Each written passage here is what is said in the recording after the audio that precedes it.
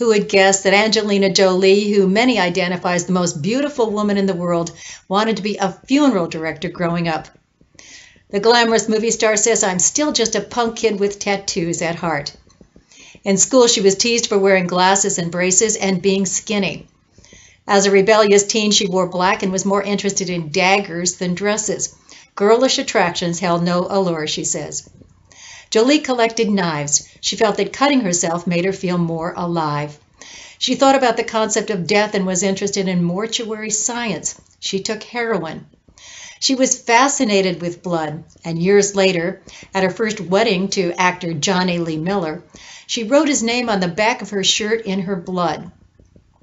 She and second husband actor Billy Bob Thornton wore each other's blood in vials around their necks. "Some people think a big diamond is really pretty," she said. "My husband's blood is the most beautiful thing in the world to me." They signed their wills in blood, and for their first anniversary, Jolie bought Thornton their cemetery plots in his native Louisiana. Growing up, Jolie's friends were all boys. By 14, she had a live-in boyfriend. When her relationship fell apart, she committed herself to acting. When she was 7 years old, Jolie had a part in a movie co-written by and starring her father, Oscar-winning actor Jon Voight. Her mother, Marceline Bertrand, a French model and actress, had studied with Lee Strasberg. At 11, Jolie began studying at the Lee Strasberg Theater and Institute. At 16, she took up modeling. She appeared in 5 of her brother's studio films made while he attended USC.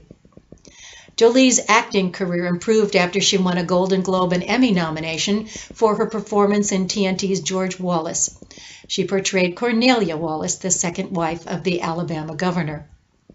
She was also widely recognized for her role as supermodel Gia Karangi, who was addicted to heroin and died of AIDS.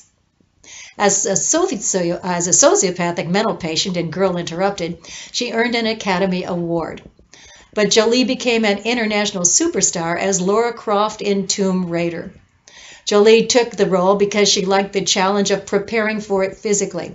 She liked the firearms, the hand-to-hand combat, the martial arts, the dog sledding. She did her own stunts. Jolie had to speak with an English accent. One reviewer commented, "Angelina Jolie was born to play Laura Croft."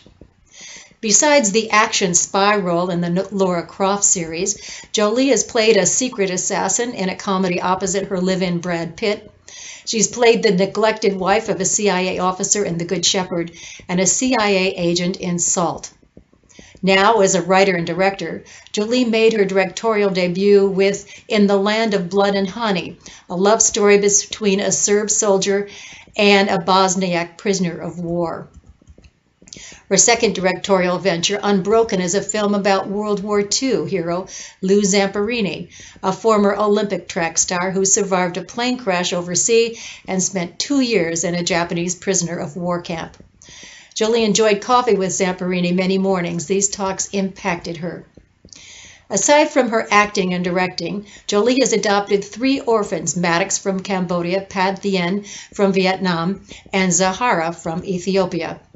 With Brad Pitt, Jolie birthed daughters Siobhan in Namibia and twins Knox and Vivienne in Nice, France. She is well known as a UN Goodwill Ambassador who fights for the rights of women and children the world over. She donated $1 million in response to an international emergency appeal in Pakistan.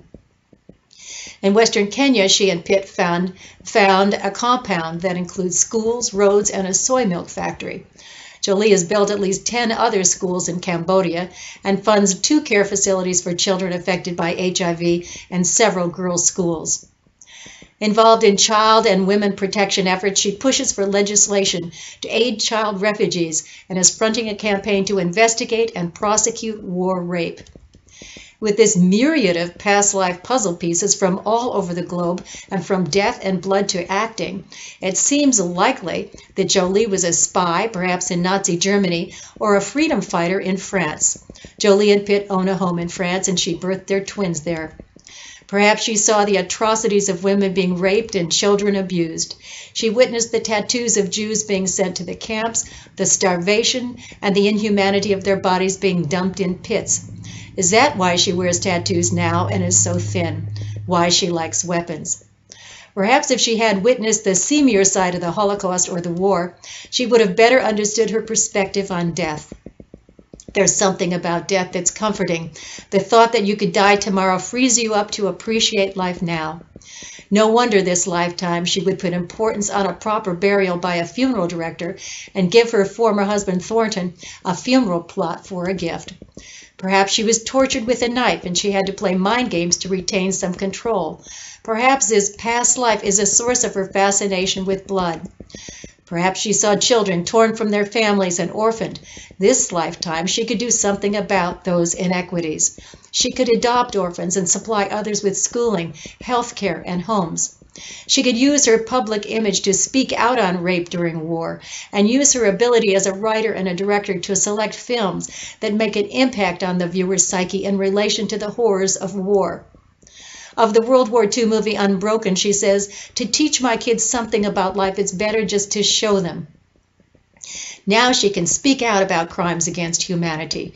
She can be the tough, empowered, and beautiful Laura Croft who beats the bad guys.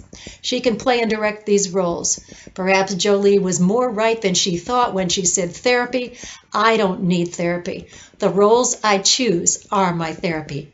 Her family and her goodwill humanitarian work are also her therapy.